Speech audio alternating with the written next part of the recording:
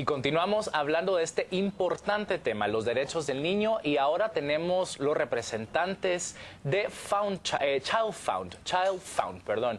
Ellos son pues una organización que lucha por los derechos y promueven los derechos del niño, y en esta ocasión nos acompañan Carlos F. González, coordinador de comunicación de Child Found, y también nos acompaña Mario Lima, el director de Child Found en Guatemala. Bienvenidos. Buenos días. ¿Cómo están? Gracias por la invitación. Muchas gracias a ustedes. Muy buenos días. Vamos a platicar sobre estar conscientes de esos derechos que tienen todos los niños. Antes de iniciar con la entrevista y comenzar con las preguntas tan importantes para informarnos todos, vamos a ver un video que describe en buena parte la fundación y por supuesto estos derechos de los que vamos a platicar. Vamos a ver.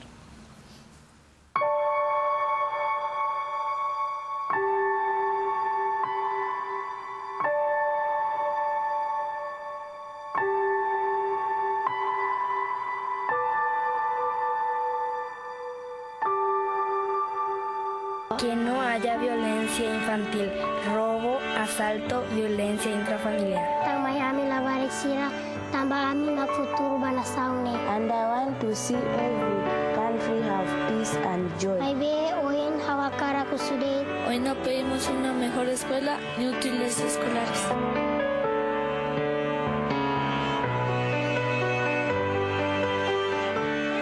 Respeto. Respect. Momona. Que changa. Respeto.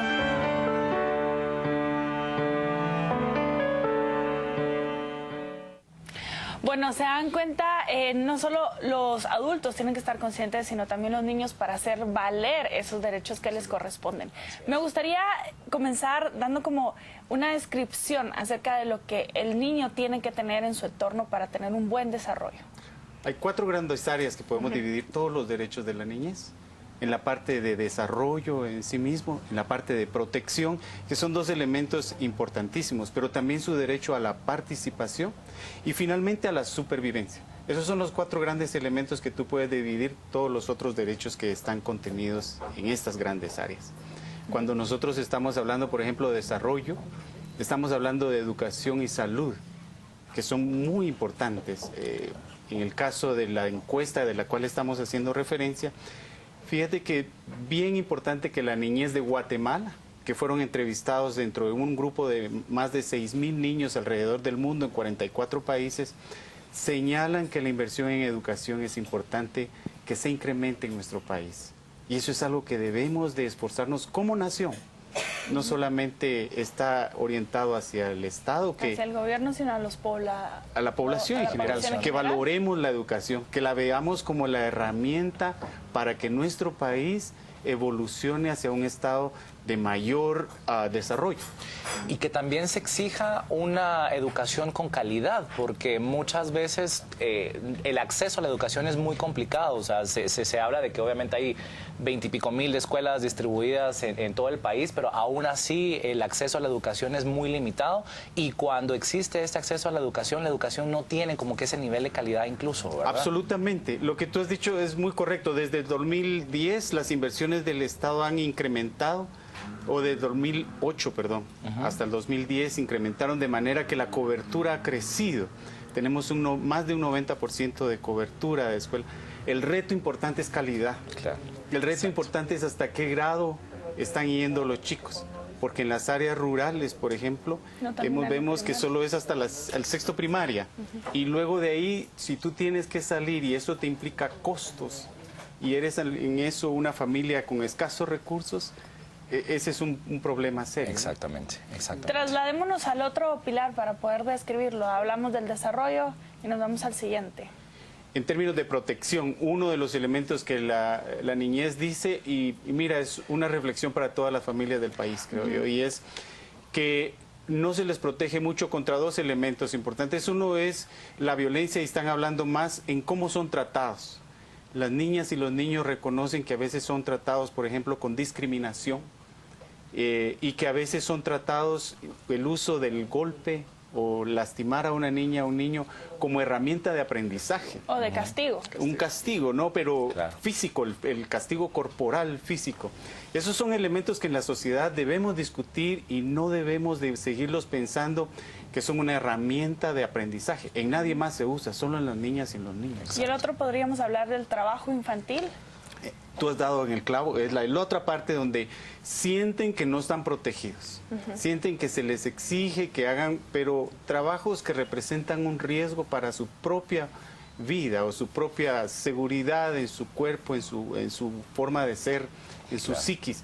Y ahí es donde debemos de tener mucho cuidado también. Yo creo que también la siguiente área a abordar es algo muy importante porque se descarta, muchas veces se pasa desapercibido la de su sobrevivencia, que incluye un montón de problemas que no solo los niños sufren, sino también los adultos, la población en general, y que ellos por su situación de vulnerabilidad son más afectados.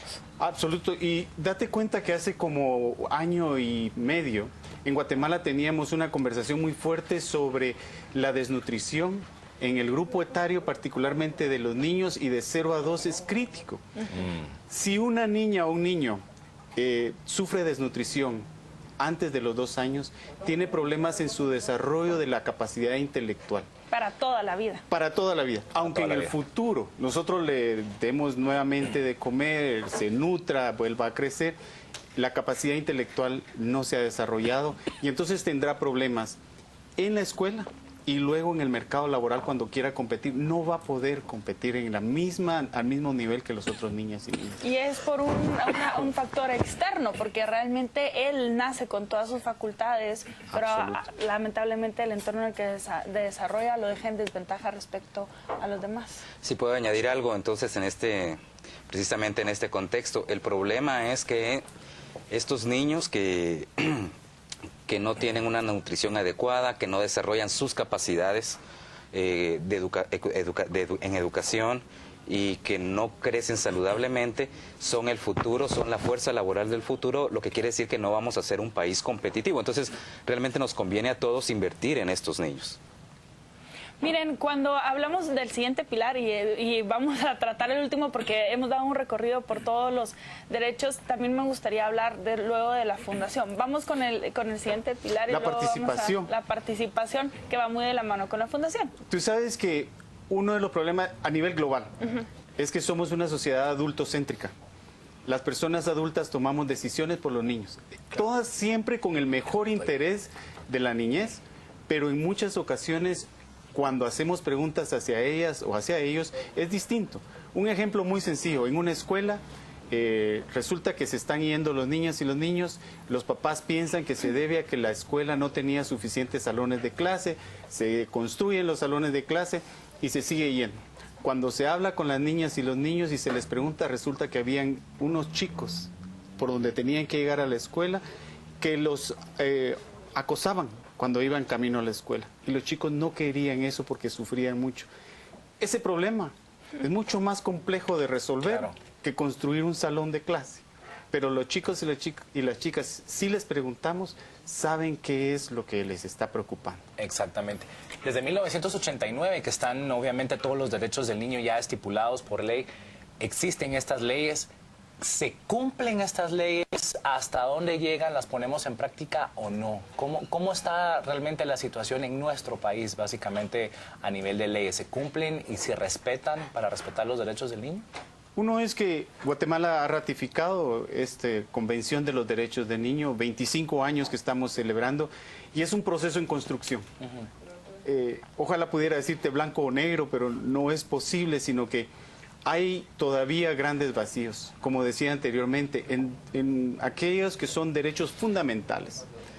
Hay áreas donde el Estado hizo algunas inversiones, sigue haciendo, pero necesitamos seguirlo haciendo. Si tú comparas nuestro país, por ejemplo, en la inversión en educación con América Latina, hoy se hizo una publicación donde UNICEF sale declarando esto también, donde nosotros estamos diciendo que hay que invertir más, estamos invirtiendo un 3.6 del PIB, y necesitaríamos, para estar igual que otros países de América Latina, hasta un 4.5, 4.6%. Todavía nos falta.